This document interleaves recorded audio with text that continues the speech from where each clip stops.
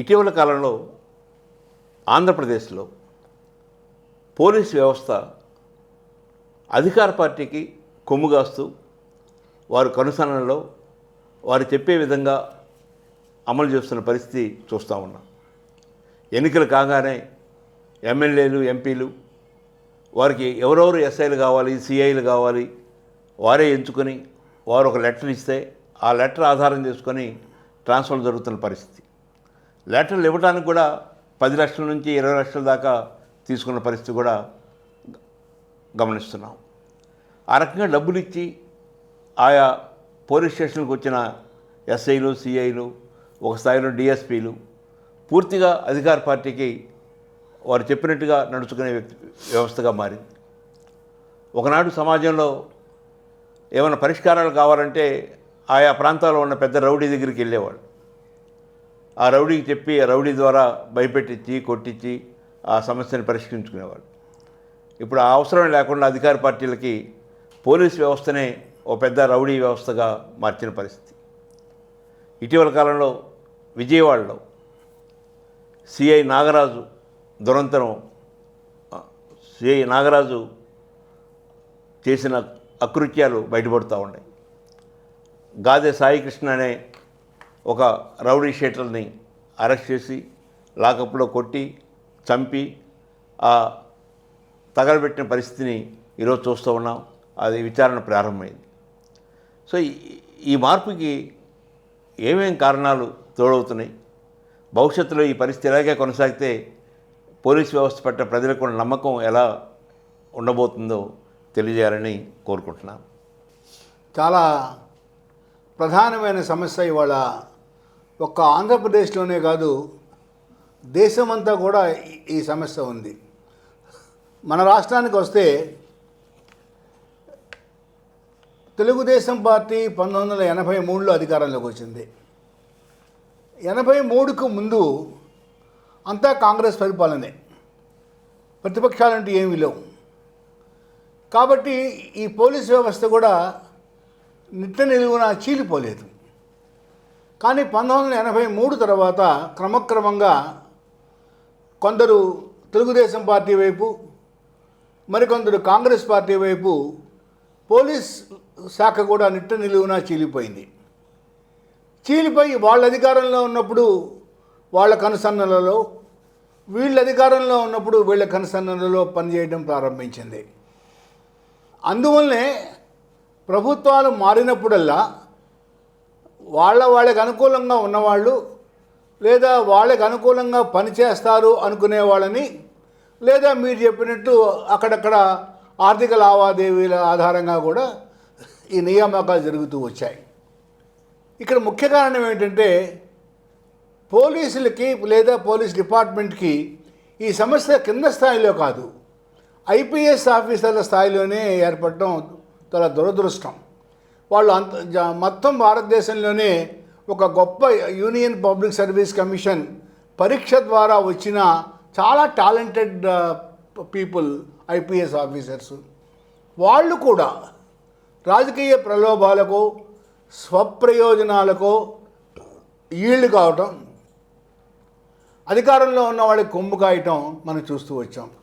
మనం చూసాం గత ప్రభుత్వంలో కొంతమంది పోలీస్ ఆఫీసర్లు ఒక సినిమా నటిని బొంబాయి నుంచి తీసుకొచ్చి ఇక్కడ రావణుడు సీతాదేవిని లంకలో అశోకవనంలో కూర్చోబెట్టినట్టు ఆ అమ్మాయిని తీసుకొచ్చి కూర్చోబెట్టారు. చాలా పరాకాష్ట. అలాంటిది చాలా కోకొల్లలు. ఇవాళ నిన్న జరిగిన సంఘటన విజయవాడలో, ఈ లాకప్ డెత్స్ విజయవాడకి ఇది మొదటిసారే కాదు, గతంలో కూడా చాలా జరిగినాయి. ఈ లాకప్ డెత్స్, కస్టోడియల్ డెత్స్, మీరు దానికి ఏం పేరు పెట్టినా కూడా దానికి ప్రధానమైన కారణం భయం లేదు. చట్టం అంటే భయం లేదు, రూల్ ఆఫ్ లా లేదు. దానికి అగైన్ కారణం ఏంటంటే రాజకీయ నాయకులకి, పోలీసులకి ఉన్న అపవిత్ర బంధం, నెక్సెస్. ఈ నెక్సెస్ వల్ల ఏమవుతుంది, వాళ్ళు మనల్ని రక్షిస్తారని వాళ్ళు అనుకోవటం, మీరు చెప్పినట్లు వాళ్ళ చేత సెటిల్మెంట్లు రాజకీయ నాయకులు చేయించుకోవటం. ఇప్పుడు నిన్న విజయవాడలో జరిగిన సాయికృష్ణ ఉదంతంలో కూడా ఇలాంటి సెటిల్మెంట్స్ ఏదో ఉన్నాయని కొంతమంది ఆరోపిస్తున్నారు. ఇలాగా మనం చూసాం. ఇలాంటి సంఘటన కస్టోడియల్ డెత్ మనకి తమిళనాడులో మదురైలో జరిగింది. 8 మంది పోలీసు ఉద్యోగులకి ఒకేసారి ఉరిశిక్ష విధించబడింది. బహుశా ప్రపంచంలోనే, ఒక భారతదేశంలోనే కాదు, ప్రపంచంలోనే ఇంతమంది పోలీసులకి ఒకేసారి ఉరిశిక్ష విధించబడటం జరిగి ఉంటుందని నేనైతే భావించటం లేదు. అంత ఘోరాతి ఘోరమైన ఆ ఉదంతం తమిళనాడులో చూసాం. అక్కడ కూడా ఆ ఒక లేడీ కానిస్టేబుల్ సాక్ష్యం ఇవ్వటం వల్ల ఈ మొత్తం కూడా బయటికి రావడం జరిగింది. మరలా మన ఆంధ్రప్రదేశ్కి వస్తే, ఈ ఆంధ్రప్రదేశ్లో ఈ మధ్యకాలంలో జరిగిన ఈ ఉదంతం చాలా అన్యాయమైన ఉదంతం. ఇవాళ ఏమైపోయిందంటే, సోషల్ మీడియా వచ్చిన తర్వాత ఆ పార్టీకి సంబంధించిన వాళ్ళు, లేదా ఆ కులం అంటే వ్యతిరేకత ఉన్నవాళ్ళు, ఆ మతం అంటే వ్యతిరేకత ఉన్నవాళ్ళు, ఎవరైతే నిందితుడిగా ఉన్నాడో వాడి మీద పెద్ద బ్రాండ్. ఉదాహరణకి ఇప్పుడు ఈ సాయికృష్ణ మీద అతను పెద్ద కరడుగట్టిన నేరస్తుడనో, లేకపోతే ఎంతోమందిని చంపాడనో సోషల్ మీడియాలో ఒక పెద్ద ప్రచారం. ఉదాహరణకి ఈ సాయికృష్ణ మీద పోక్సో కేసు కూడా ఉన్నది అని చెప్పి మాట్లాడుతున్నారు. ఇదే పోక్సో కేసు బండి భగీరథ బాబు మీద తెలంగాణలో జరిగితే అతన్ని ఎంత గౌరవంగా భయంగా తీసుకొచ్చి ఆయన వస్తానంటే జైలుకి తీసుకెళ్లారు. అంటే all are not equal before law in India now, some are more equal. అక్కడ బండి భగీరథ బాబుకి ఇచ్చిన ప్రివిలేజ్ లేదా ప్రిఫరెన్షియల్ ట్రీట్మెంటు ఇక్కడ గాదే సాయికృష్ణకి ఎందుకు ఇవ్వరు? తెనాలిలో చూసాం. తెనాలిలో 3 కుర్రాళ్ళని రోడ్డు మీద పోలీసులు 3rd డిగ్రీ అడాప్ట్ చేశారు. అప్పుడు కూడా ఇదే మెకానిజంని సోషల్ మీడియాలో పెట్టారు. వాళ్ళు గంజాయి బ్యాచ్ అని, నేరస్తులని, పోలీసులు కొట్టారని, ఉన్నవి లేనివి అన్నీ కూడా సోషల్ మీడియాలో వైరల్ చేసేశారు. ఇక్కడ అసలు నేరస్తుల్ని కానీ, ఇలాగ అనుమానంగా ఉన్న వాళ్ళని కానీ కొట్టి చంపి వాళ్ళ చేత నేరాన్ని ఒప్పించే అధికారం పోలీసులకు ఉన్నదా లేదా? వాళ్ళకి లేదు. వాళ్ళు కేవలం చట్టం ప్రకారం నేర రుజువు చేసి కోర్టు ముందు ప్రొడ్యూస్ చేసి శిక్షించే అధికారం కోర్టుది, పోలీసులది కాదు. పోలీసులే ఇది కనుక తీసేసుకుంటే రేపొద్దున నోరు లేని అమాయకులను తీసుకెళ్ళి జైల్లో పెట్టి లేనిపోని కేసులని మీరు ఒప్పుకోవాలి అని వాళ్ళ చేత ఒప్పింపు చేసేదానికి ఇలాంటి 3rd డిగ్రీ మెజర్స్ పెడితే పెద్ద అరాచకమే ఏర్పడుతుంది. ఈ విషయంలో రాష్ట్ర ప్రభుత్వం చాలా అలసత్వాన్ని చూపింది. తెనాల్లో ఇన్సిడెంట్ జరిగినప్పుడే పోలీసులకి ముఖ్యమంత్రి గారు, హోంమంత్రి గారు, డీజీపీ ఒక మందలింపు కనుక ఇచ్చుంటే బహుశా నిన్న విజయవాడలో ఇలాంటి ఇన్సిడెంట్ జరిగేదే కాదు. రైట్ టు లివ్, మనిషికి బతికే హక్కు రాజ్యాంగం ఇచ్చింది.